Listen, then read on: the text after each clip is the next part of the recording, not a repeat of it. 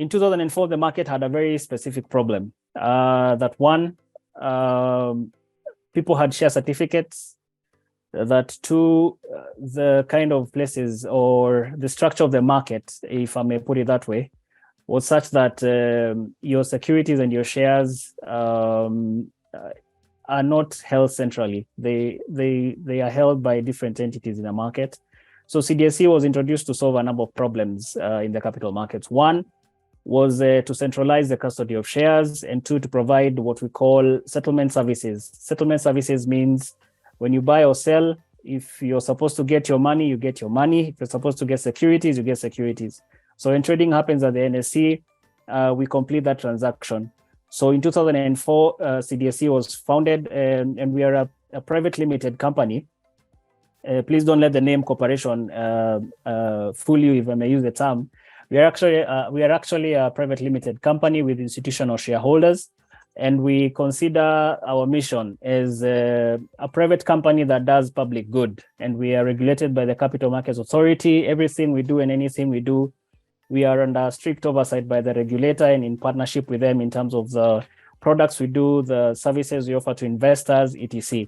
So without going too much into the details, we want to become the solution provider for depository and settlement services across all markets, not just the capital markets. And what we exist to do in terms of our mission is to facilitate marketplaces that are secure, transparent, and efficient. In terms of our role as a provider of settlement and depository services, right now as we speak, when you sleep and wake up in the morning, CDSC is responsible for ensuring that over 2.7 trillion worth of shares held by investors are safe. CDSC is responsible for ensuring that the data of 1.6 million investors is safe. 24/7, 365. People go for Christmas, CDSC doesn't. As you eat your mbuzis over the holiday, remember somebody in CDSC is sitting and being responsible for those big numbers you see on that screen. So in terms of settlement, we handle about 156 billion shillings a year in terms of ensuring that trades are settled at the NSE. So this is a responsibility we've been doing for around 18 years, and we continue to take a lot of pride in the kind of results and solutions we provide for our market. In terms of the market structure, at the center of this market is the investor. The market exists for the investors, not the other way around. The reason the market was created, the capital markets, was to serve the investors. So when we say that you are really the reason we exist, we mean it, because without the investors coming to the market, then everyone else in the ecosystem has no role to play. So a quick overview, the CMA is a regulator. They ensure everyone else in this, let me call it circle of value, is doing what they're supposed to be doing. NSE is where the trading happens. In terms of buying and selling, CDSC does the settlement and keeping your shares safe. CDAs, who are called stockbrokers and custodians, depending on the term you want to use, are now what we call the customer-facing intermediary. They facilitate your trading of shares, they facilitate your access to CDSC services, and a lot of other things in terms of advisory services, telling you what you're supposed to buy or sell, etc.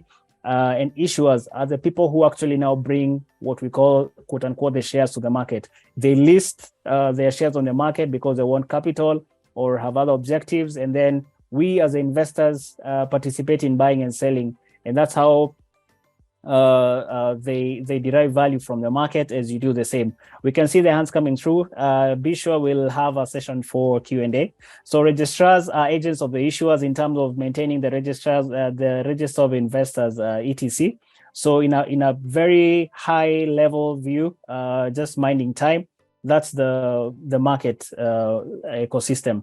So CDSC. What does CDSC do for you as an investor? We facilitate account opening and maintenance. When you want to open an account, CDSC is the final entity that confirms the account is open and the account can be used. Account maintenance is also when you want to change your email address or update some details, etc. CDSC does that. Depository and registry services already covered that in terms of keeping your shares safe and your data. And then also allowing what we call the registrars as agents of the issuers to be able to fulfill their obligations in terms of paying your dividends, doing your share splits and other value addition services that issuers have to deliver to investors. Registrars do that very well. So CDSC is part of the background service providers enabling registrars to do that. Clearing and settlements of shares and corporate bonds, we've covered that as well. And other services like allowing you to transfer your shares from one account to the other or to your loved one. CDSC is the one that actually completes that process through our intermediaries, who are the brokers and the central depository agents.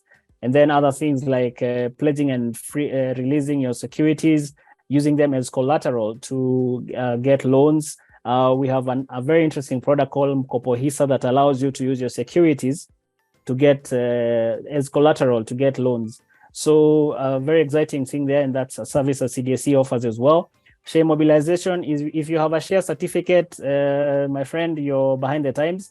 One of the things that CDSC was also mandated to do is ensure that we get rid of share certificates, physical paper in the market, digitize our securities, which was completed in the year 2014. So technically speaking, anyone with a share certificate, it is just a proof of you have shares somewhere, but cannot be used in the market. So you need to visit your registrar, deposit that share certificate, your securities are digitized, and then you can continue.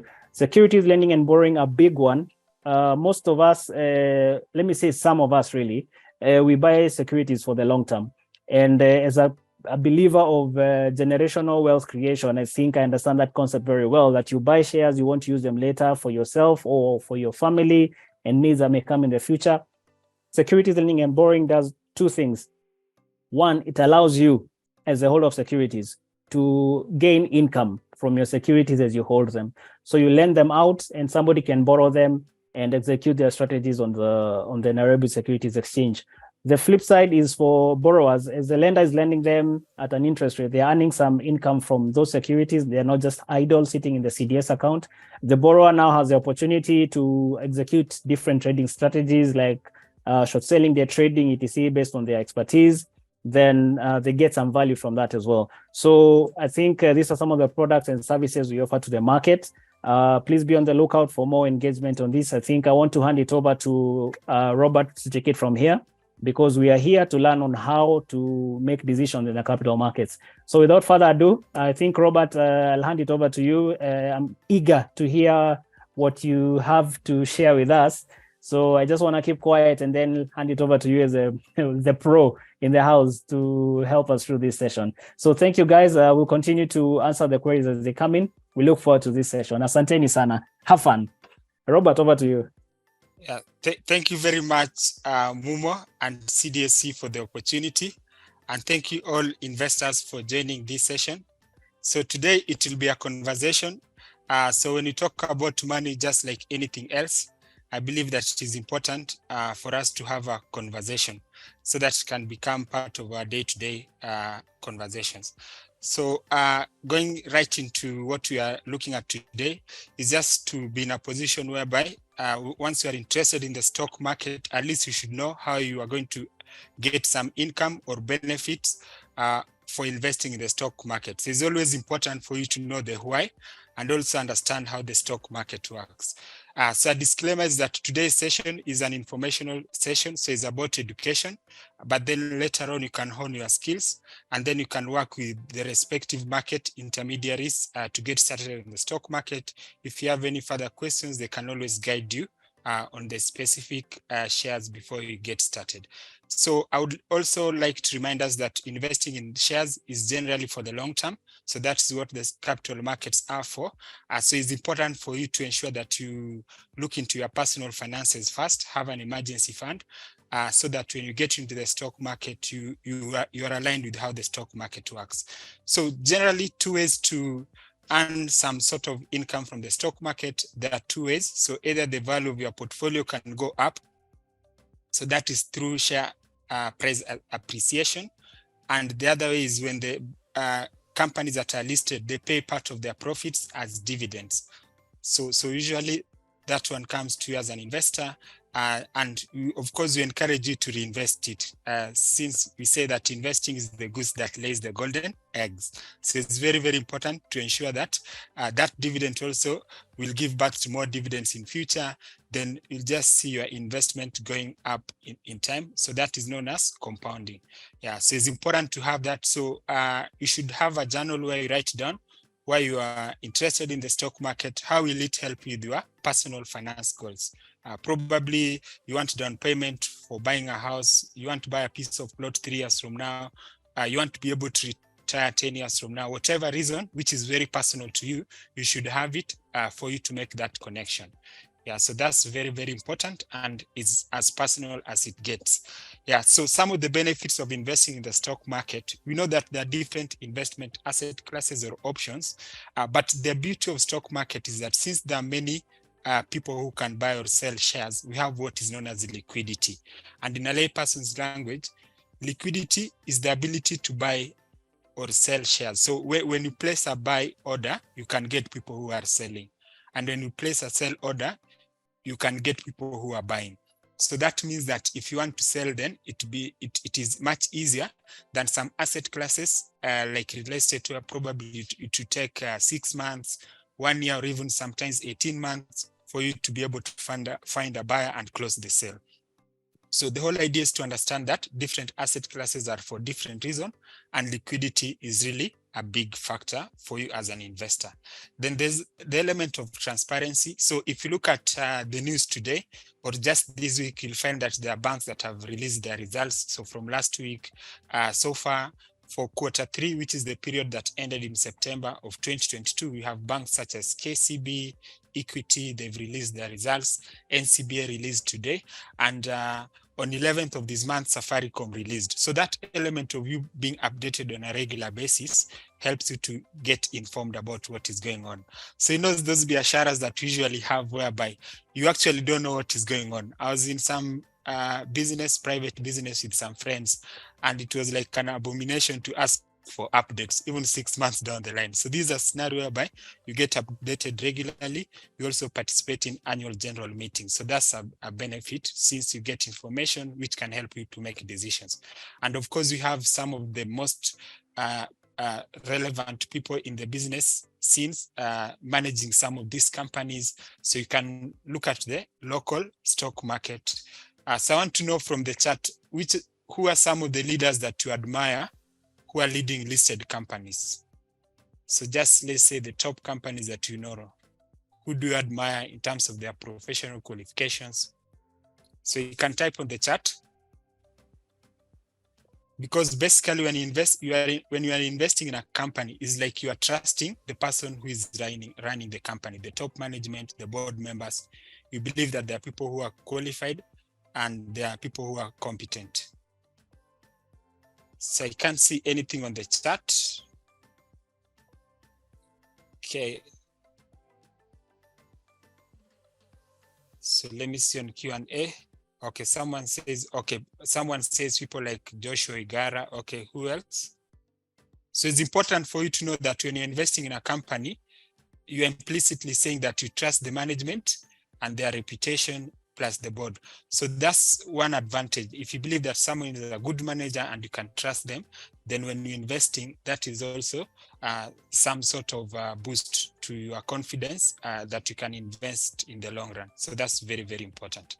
Yeah, so it's important to always make a connection before you invest. So once you've decided that you're going to invest in the stock market, currently we have slightly over 60 companies listed in the Nairobi Securities Exchange, and you might be spoiled for choice, like you don't know which company to start with. So it's always important as an investor to have a framework for filtering investment options. So even in your career or business, I believe that you had options, then later on you decided on which company or which career to start with, or which business to get into. So it's very, very important. So I had a friend who told me that when they went to one of the local private university to enroll for a course, then they went for the line that had the longest queue. So I was shocked to find that that's a framework that some people use to get into certain careers. But when it comes to investing in the stock market, please know that the whole idea is to look at where to get started. And it's important to start from a point of advantage, like what is your profession, which business are you in, and what is your understanding of the different market segments. So some of the places where you can get this information is regulatory reports. So when you look at regulatory reports such as CBK Bank Supervision Report, you can, for example, go there and you get started. So that would help you to know which are some of the top companies that are listed in the stock market, because again, not all banks are listed. So first you look at the listed banks, then you go to CBK Bank Supervision, look at their total assets, deposits, and the value that they are creating in the financial market. So that can give you an idea if you have a good understanding of the banking sector. Another report is the insurance regulatory report. So it can tell you like what is the importance of insurance in the financial markets. And from there, you can see the listed insurance companies, and you can see how they are faring versus others. And from there, now you can start drilling down. So it's always good to understand that sometimes the financial markets can be overwhelming with the information, and screening is a very good idea, that you screen opportunities so that you'll be able to dig into one sector or a company, then you see some of the best opportunities for you. Then another key report is the Financial Sector Stability Report. So if you see the companies whose logos are here, you have CMA, Central Bank, Insurance Regulatory Authority, RBA, and SASRA.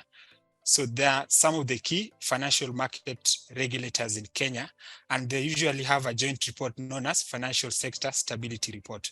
So I've had people even outside Kenya, some in Dubai, in the US, they call us to ask us information about the local markets. And this is one of the reports that they love. So this one is a bird's eye view that give you a very good understanding of the local markets. And then you can get insight into where the growth opportunities are.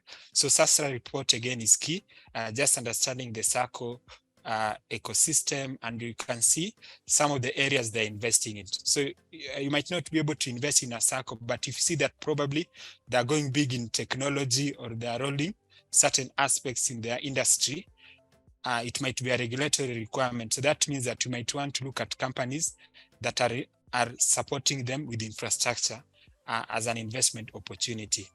And on a quarterly basis, the Capital Markets Authority usually shares reports, very detailed, every 3 months. So from there, again, you can know what is going on in the stock market. And I encourage us to always look at the primary sources of information. So you might find a lot of tweets, a lot of information. Yes, they also contribute to the development of capital markets, but those are secondary sources. Try to get information from CBK, CMA, NSE, CDSC, because we all rely on them for this information. And even for specific companies, always try to get the information from them, then you can now interpret. So it's good to have a framework where you can even verify whatever you see out there. Another key report is the Kenya National Bureau of Statistics.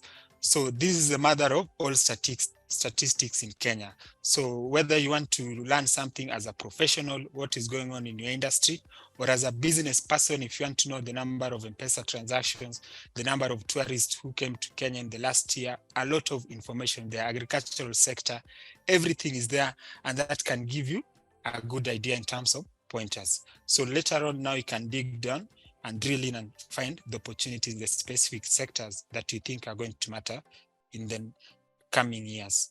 So the national budget is also key, just the budget that is normally read by the Treasury, shared with all of us. And there's a lot of information on this when it comes to the whole budgeting process and even the budgeting books. So that's available on the National Treasury website and is very rich with information. Like, for example, the program-based budget, you can even know the roads that are going to be constructed in your village or county, the sector that the government is heavily investing in. Like a few years from now, a few years ago, they were investing heavily in TVETs, and now we've seen that actually they matter now, that most people have started preferring even TVETs versus university, and people are shocked, but the government was investing heavily.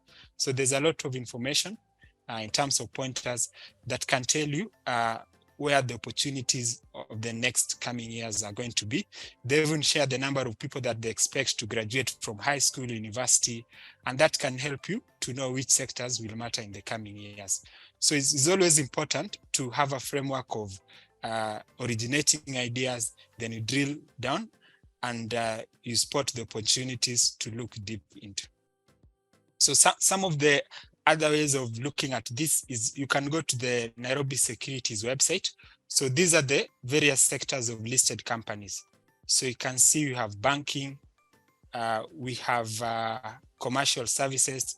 So from the website now you can see the companies that are under each sector. So this again can help you. Probably you are an expert in the energy and petroleum sector or construction. Under construction, you have companies such as Bamburi and Crown Paints. Then you can connect to the Kenya National Bureau of Statistics to see what is going on in that sector. Do you think it is a sector that is growing? Do you think it is worth investing in it? Then you drill down and look at the companies listed there. Banking, if it matters, you have to again confirm with statistics from Central Bank of Kenya and Kenya National Bureau of Statistics. So the whole idea is that you might like a sector, but it's only data that can give us comfort, because we all have opinions, we all have preferences, but it's important for us to separate emotion from facts. So it's always important to back whatever you like with some sort of a logical framework. So that will help you to be a good investor who doesn't just rely on their opinions, but also is looking at things from a factual point of view. You have manufacturing, etc. So check there. Then the other idea is scuttlebutt. So scuttlebutt, the whole idea is that you can go to a seminar in a different sector from that you are experienced in, and you start hearing good information, and then you drill down. And even people around you, they might be sharing some information. So the whole idea came from the fact that in the older days, we used to have wazes or old people. In the evening, they'll meet somewhere and they'll share. So just from those meetings, you'll get to know what is happening around, and sometimes you can get good investment opportunities there. But it's just a framework of originating ideas. It doesn't mean that you take whatever you get from there as the gospel truth. But the whole idea is that from there, now you can start trying to verify that information. Then you also have Morgan Stanley. So they have an index known as MSCI Kenya. So you can try to see why they've chosen certain companies. Then that might be an interest to drill down to those certain companies. And we always have this list curated by even market participants or players in Kenya. So those can be sources of information that you take, then you drill down. It doesn't mean that you just copy other people in terms of what they're doing, but at least you can get to their focus areas and try to see if it makes sense, for example, to look at East African breweries, you go to their financials and look at the last 5 or 10 years and see if that makes sense for you. So that will help you to stay guarded, because without a framework for screening information, it can really be overwhelming when it comes to investing in the stock market. So stay guarded. If your background is in technology, see the technology opportunities in stock market, start from there. If you're in the financial services, probably you can look at insurance companies, banking companies that are listed in the stock market, because at least you have a good understanding of that sector. If you are in the medic space, which 2 companies would you look at that are listed at the Nairobi Securities Exchange? So they are very important at the peak of COVID. Yeah, good. So I can see you have very smart people here, probably Medic. So BOC gases, and which one? Which other company is key in that space? So everyone was talking about oxygen, stuff like that. Yeah, Cabacid. So I'm not saying that you go and buy them, but that can give you an idea. If you're a Medic, we will all rely on you on such insight. So try to now reconcile versus their financials and see if that makes sense. Then, of course, when you read the financials, you'll have a good understanding, because probably it is in a language that you can relate with. So that really helps you to feel at home, and you find that investing is basically just stopping being just a consumer and deciding that you're also going to enjoy the benefits of the consumption that is going on. Like, for example, in the last financial year, Safaricom had revenues of 298 billion. Probably that is from all of us as Kenyans, but investors are the ones who get the benefits in terms of dividends and the share price going up. So if you want to be both a consumer and an investor, then you can get interested in the companies that you are familiar with.